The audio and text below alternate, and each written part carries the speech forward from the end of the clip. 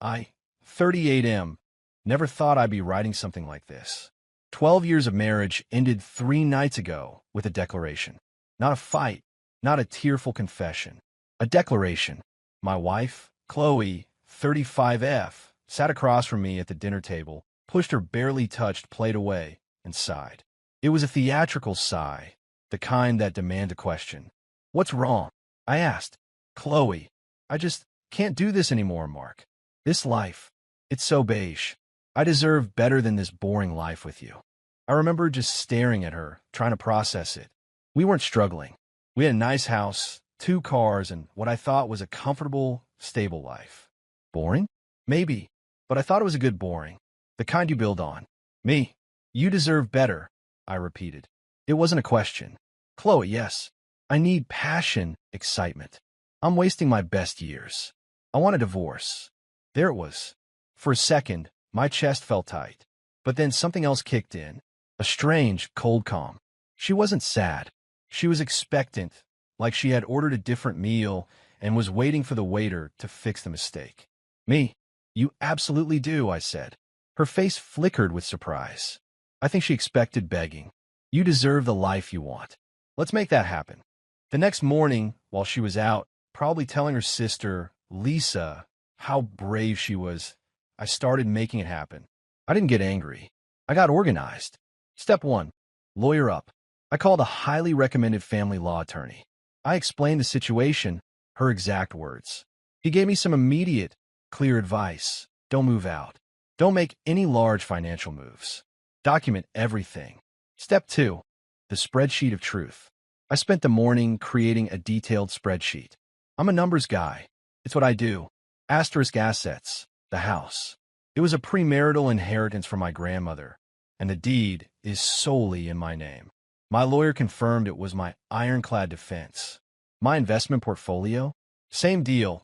Started with inherited money before I ever met Chloe. I never commingled those funds. Asterisk debts? This was the interesting part. 2 joint credit cards. Over the years, Chloe had used them for lifestyle maintenance. Designer clothes, spa days, trips with friends. The total? Around $38,000. I had always paid the bills from my income. Asterisk other assets. We have 2 cars. One is my sedan, paid off. The other is her SUV, which is in her name and also paid off. At least that's simple. Step 3. A new beginning. I went online and found 3 listings for studio apartments for rent in a decent part of town. I printed out the applications. When she came home that evening, I was waiting at the kitchen table. Me, I did some work today to help you get started on your new, exciting life. I slid the printed apartment applications across the table. Then, I turned my laptop around to show her the debt tab on my spreadsheet with a neat little column showing Chloe's share, $19,000. Her smile vanished. What is this? Is this a joke? Me, it's a fresh start. This is what half of our shared debt looks like. The house and my investments are non-marital assets, legally speaking. My lawyer confirmed it. This debt, however, is ours to split. She just stared, speechless. For the first time, a flicker of panic in her eyes. The curtain had been pulled back, and the machinery of consequences was starting to whir. Her lawyer called mine the next day, asking if we'd reconsider the terms. My lawyer's response was simple. The only terms being considered are the ones dictated by state law. We suggest your client gets a handle on her budget. Update 1. The entitlement escalates. It's been 2 weeks since Chloe moved in with her sister, Lisa, 37F, and the fallout has been predictable. Her call after stewing over the spreadsheet for a day was spirited. Chloe, you expect me to pay $19,000. Are you insane, Mark? That's financial abuse. Me, it's half of the debt accumulated on joint cards, Chloe. I have the statements. The handbag store, the resort spa, the weekly lunches, that was your spending. Chloe, that was for us. For our life. So I look good, so the house looked good. You can't just saddle me with that. Me, I'm not. The legal system will. You wanted out of the boring life. The exciting one costs money. Your money now. I could hear her sister Lisa in the background, feeding her lines. Tell him he's a monster. Then Lisa got on the phone. Lisa, I can't believe you, Mark. After everything Chloe has given up for you, she supported your career by making a beautiful home. Me, a beautiful home that I own and paid for. What exactly did she give up, Lisa? She hasn't worked in a decade. Lisa, she's a creative. You're just trying to punish her for wanting to be happy. Me, I'm not punishing her. I'm granting her wish.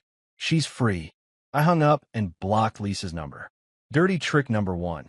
The concerned friend. Last Thursday, I got a call from HR.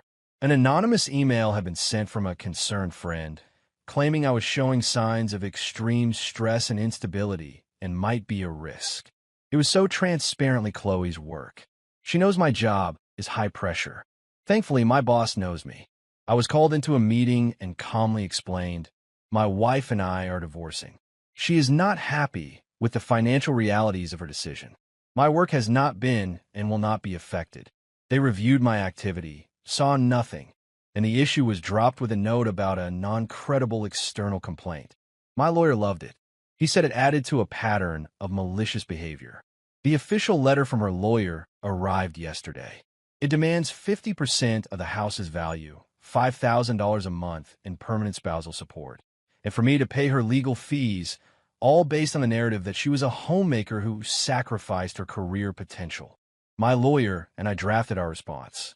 It was short, reiterating that the assets were non-marital and we would not be offering spousal support.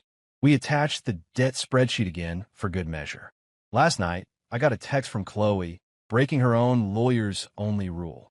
Chloe's text, Mark, please. I have nothing. You have everything. How is that fair? I made a mistake. Let's just go back. I took a screenshot, sent it to my lawyer, and didn't reply. There's no going back. She lit the match. Update 2, the revenge. The last month has been a slog of legal maneuvering. The four-way meeting with our lawyers was a scene. Chloe sat there looking like a victim while her lawyer argued that her non-financial contributions were what allowed me to grow my marital assets. My lawyer, David, simply slid the original deed to the house across the table. The house is not a marital asset. The investment portfolio is not a marital asset. My client's 401k is. We are prepared to divide that and the $38,000 in joint debt. That is our position. It will not change. Chloe actually scoffed. This is ridiculous. I decorated that house. I hosted parties there. That makes it mine too. Her lawyer visibly winced. The calls from her mother, Karen, started after that. It was a masterclass in guilt tripping. Mark, how can you do this? You're throwing her into the street with nothing but debt. You have so much. Me? Karen, Chloe is the one who wanted the divorce. Her financial situation is a direct result of her spending habits and her decision to end our marriage. That was when I decided to stop playing defense. It was time for my revenge. Not a loud, angry revenge. A quiet, methodical one built on nothing but the truth. We started discovery and subpoenaed the full records for the joint credit cards going back 5 years. I spent a weekend with highlighters and Excel. I categorized every single purchase over $50. Asterisk green, legitimate household expenses, groceries, etc. Asterisk pink, unambiguously Chloe's personal spending. The total, $155,000. The list was staggering. Weekly salon appointments, boutique clothing, spontaneous trips with friends, decorating projects that involved buying expensive furniture and then selling it at a loss 6 months later. All of it was paid for by my salary. We presented this new spreadsheet, complete with highlighted credit card statements, to her lawyer. It was almost 300 pages long. Our new offer was this. Asterisk, we will still divide my 401k. Her half is approximately $85,000. Asterisk, however, we are now formally classifying her $155,000 in personal spending as an advance on her share of the marital estate. Asterisk, therefore, she now owes me $70,000 to equalize the distribution. Asterisk, we will waive the $70,000 she owes me if she agrees to assume the full $38,000 in credit card debt and accept zero spousal support. It was checkmate. We weren't asking for anything that wasn't ours. We were simply recontextualizing her spending. It wasn't our lifestyle. It was her lifestyle, funded by me. The money she spent was an asset she had already taken. Her lawyer called ours 2 days later. He said his client felt attacked. David's reply was gold. The numbers don't feel counsel. They just are. Your client wanted an exciting life. It appears she's had one for years on my client's dime. This is the bill. Final update. The sweet sound of consequences. It's been 6 months. The divorce was finalized last week. The quiet in my house is now a peaceful silence. Faced with the prospect of a judge seeing that 300-page document, Chloe folded. She took the deal. She accepted responsibility for the full $38,000 in credit card debt and walked away with zero spousal support and zero assets from me. Her half of the 401k was immediately swallowed by her legal fees and the debt. The aftermath has been a lesson in consequences. Chloe had to move out of Lisa's spare room after Lisa's husband got tired of the drama and Chloe's refusal to find a job. She now lives in a small, one-bedroom apartment above a laundromat and works as a hostess at a chain restaurant. The first real job she's had since I met her. A mutual acquaintance who ran in her said she looks tired. She complains to anyone who will listen that I ruined her life. There is zero self-awareness. Her mother, Karen, tried calling me one last time after the settlement was signed. I hope you're happy, Mark. You destroyed her. I just said, she built the bomb, Karen. I just stood back. The most satisfying part wasn't one single thing. It was the cascade of logical, unavoidable consequences. It was knowing she has to work every night to pay off a credit card bill filled with the ghosts of designer bags and spa days she took for granted. I sold the house, as it held too many memories. I bought a smaller condo downtown, a space that is entirely mine. I painted the living room a deep, exciting blue, a color Chloe always said was too much. Last month, I took a solo trip to a rugged, mountainous region, a place she had always vetoed as boring. Standing on a peak, looking out at the vast, beautiful landscape, I felt a sense of peace I hadn't realized I was missing. Chloe wanted an exciting life. She got one. She thought better meant more luxury and more ease. She learned that better sometimes just means being on your own. She didn't just lose a husband. She lost a benefactor. She faced the direct, unavoidable consequences of her own choices, and her entitlement was a shield made of tissue paper.